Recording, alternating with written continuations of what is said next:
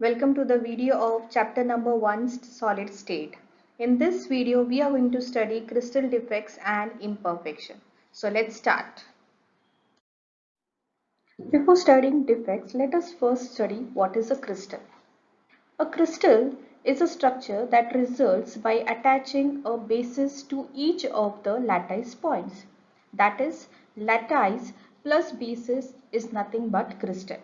Now what is a lattice? Lattice is a geometrical arrangement of points in three-dimensional space, whereas basis is the set of atoms associated with each lattice point. Hence, a perfect crystal has all constituent particles, atoms, ions arranged in a precise geometrical order. Now, whenever we are considering the defects in it, now most of big naturally occurring crystalline substances do not have a perfect crystalline structure. They possess defects, and we are going to study these defects further. Now let us study what are defects in detail. Crystal with some disorder or irregularities or fault or imperfections in the stacking of atoms, such irregularities in the arrangement of constituent particles of a solid crystal are called defects or imperfections. Defects are created during crystallization process. Above absolute zero temperature, no crystalline material are 100% pure. They contain defects. Defects can be intentionally created to obtain desired properties in crystalline solid. Hence, with the purpose to obtain a desired properties in a particular compound, we can create a defect in it. Now, how exactly these defects are created? Let us first see types of defects. There are three types of defects: line defects, point defect and plane defect. In this chapter, we are going to study point defects in detail. Now let us see point defects. The defect due to the fault produced in the arrangement of a point, that is a constituent particle in a crystalline solid. Or we can also say as a defect are irregularities produced in the arrangement of bases at lattice point in a crystalline solid. These point defects are of three types, that is stoichiometric defect, impurity defect and non-stoichiometric defect. With this graphical representation, we can easily classify the defects in the solid. As we know that defects in the solid are classified into three subtypes, that are impurity defect, stoichiometric defect and non-stoichiometric defect. Stoichiometric defect are divided into four subtypes, which are Schottky defect, Frenkel defect, vacancy defect and interstitial defect.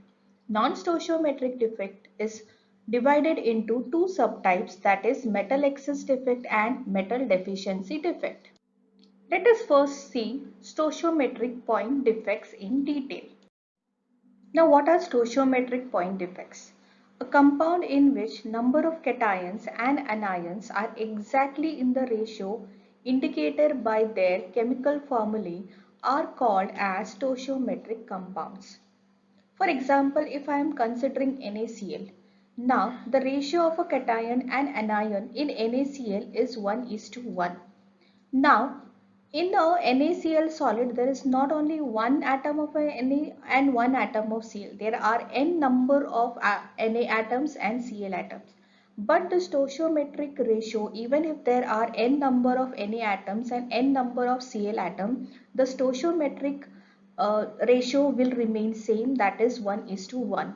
So these type of compounds are called as stoichiometric compounds. On increasing the temperature, there are chances that crystal can constitute a defect, sometimes called as a thermodynamic defects. Hence, when we increase the temperature, a crystal can have the defects which are temperature enhanced defect and called as thermodynamic defects. The defects that do not disturb stoichiometry are called as a stoichiometric defect. These defects are of following four subtypes, that are vacancy defect, self interstitial defect, Schottky defect and Frenkel defect. So let us first see vacancy defect. When some of lattice sites are vacant due to missing of particles from its regular site in the crystal lattice, the crystal is said to have vacancy defect. For example, as you can see in this diagram, a lattice site there is a vacant space. That is, one particle is missing in that. So this type of an vacancy is called as an vacancy defect. This defect can also develop when the substance is heated.